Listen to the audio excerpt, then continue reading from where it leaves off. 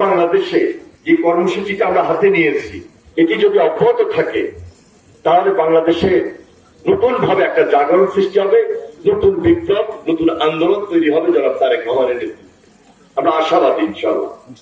খালের দুই পার অথবা খালের মধ্যেও অবৈধ স্থাপনা অনেকে গড়ে তুলেছিলেন, অনেক জায়গায় খাল দখল হয়ে গিয়েছে, কোথাও কোথাও বাড়িঘর হয়েছে, কোথাও কোথাও দোকানপাট হয়েছে এবং শিল্প কলকারখানার বর্জ্য এমন ভাবে এসেছে আমাদের খাল পুরো বন্ধই হয়ে গেছে। আজকে এই খাল খনন শুরু করার মাধ্যমে আমরা একদিকে এগুলা উদ্ধার করব, আরেকদিকে যে সুবিধাগুলোর কথা বলেছি এই সুবিধাগুলো আমরা খালের দুই পাড়ে যারা বসবাস করেন পুরো এলাকাবাসীকে আমরা দিতে সক্ষম হব।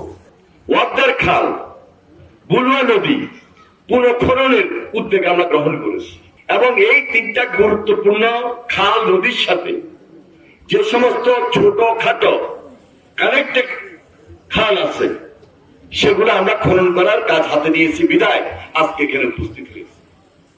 আজকে বিকালে ভবানীগঞ্জ ইউনিয়নে আমাদের সেখানে আরেকটি খালের কাজ আমরা শুরু করব। দুইটা খাল, তিনটা খাল, চারটা খাল করলেই কিন্তু শেষ হয়ে যাবে না। আমাদের এই অঞ্চলে জলাবদ্ধতা দূর করার জন্য, আমাদেরকে নিরাপদ বসবাসের জন্য, বসবাস উপযোগী হিসাবে বেঁচে থাকার জন্য আরএফএল এসডব্লিউআর পাইপই মাপে যা বলে তাই দেয়। RFL SWR pipe and fittings.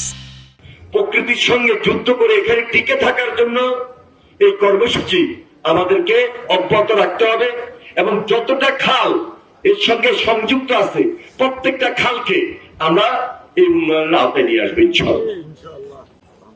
আমাদের এই এলাকার মানুষ অত্যন্ত সচেতন, নিজেরা কষ্ট করে, শ্রম দেয়, গান দিয়ে তারা কৃষি কাজ করে।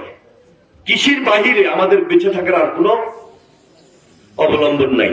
আমাদের এখানে নারিকেল, সুপারি, আমাদের এখানে শাক সবজি, এমন কোন শাক নাই, এমন কোন সবজি নাই যেটা এখানে উৎপাদন হয় না।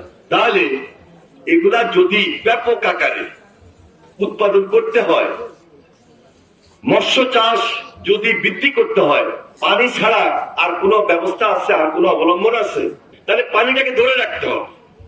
পানিটাকে ধরে রাখতে হইলে শুধু ডিপ টিউবওয়েলের মাধ্যমে আপনি যদি ধরে রাখতে চান এটার আবার ক্ষতির দিকও আছে। এই জন্য খাল খনন কর্মসূচি করার মাধ্যমে এই পানিটাকে আমরা ধরে রাখবো। এই পানিটাকে ধরে রেখে শুষ্ক মৌসুমে আমরা এই সুবিধাটুকু গ্রহণ করব যেন উৎপাদন দ্বিগুণ হয়, উৎপাদন বেশি হয়।